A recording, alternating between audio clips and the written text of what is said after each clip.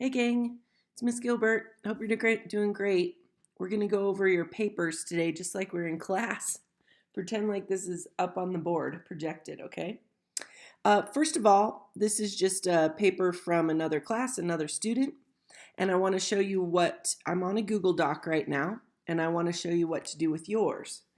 First of all, you need to have your header over on the left-hand side. So you put your name right here, and then you put your teacher's name, that's me, and then you put your English 9 and what color, and then you have your correct date for MLA, which means that number is before the month, which it's March, right?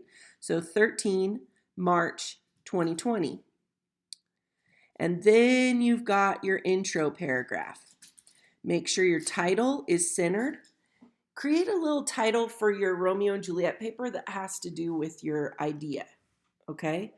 That's the goal. So if you're doing something to do with sin, then maybe your title has something to do with sin. If you're doing something about poison versus medicine, then do something creative there.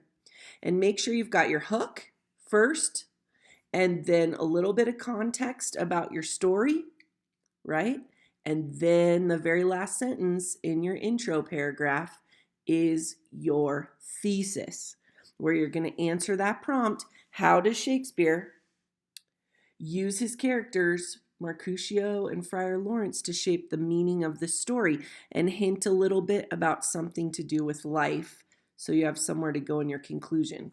Then you've got paragraph 1. Make sure you indent. Now, watch this. If I just use the space bar, it only goes that far. I want you to use the tab key. You see how far the tab key is? That is because that's 10 space bar punches. Make sure that's done. There's no space between paragraphs. Everything is just double spaced.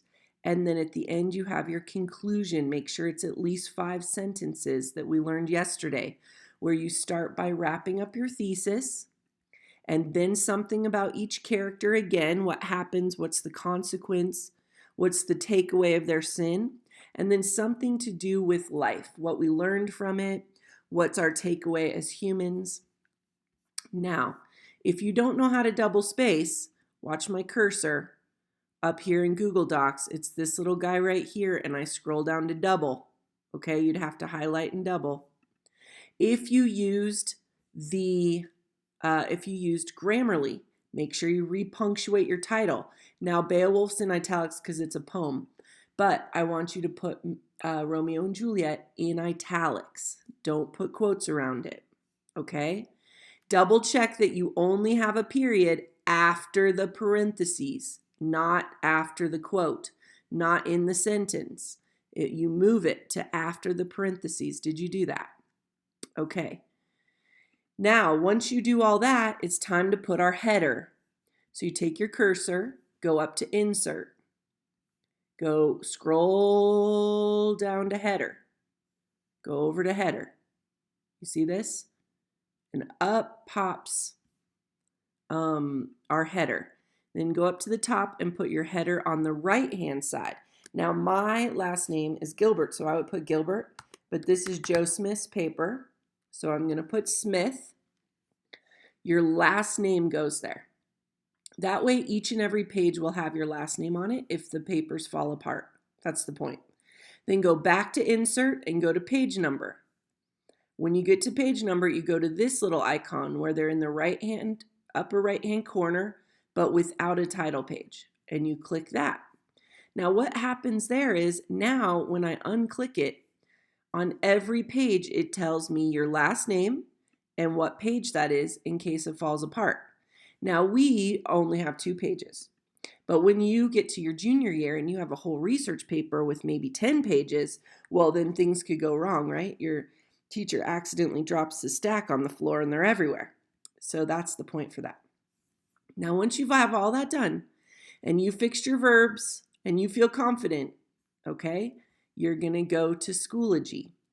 Now, on the right-hand side should be the icon, but it's not for me because the day passed yesterday. I tried to reset it. I'm not sure if yours is there.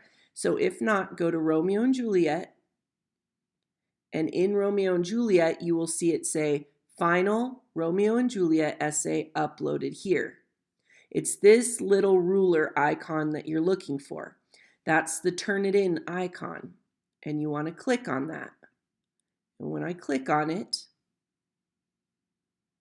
I'm going to get my screen. Now, your screen will be slightly different. It will say, do you want to upload your essay here? And you're going to say, yes, click on it. Then it will have three options. Do you want to upload it as a Word document? Do you want to cut and paste your text in there? Or do you want to use the iCloud? If you're on Chrome, it won't work for Safari, but if you're on Chrome, you can use the iCloud. So you click on the iCloud and you will pull in your Google Doc. It will pull it out in for you. So make sure you've titled the Google Doc up here on the left-hand side with something that you're going to remember. Maybe your last name and R&J final essay. Then you get it uploaded here. Now, just an example, I have someone who's already uploaded. Once it's in there, I'll show you. Cameron already did his.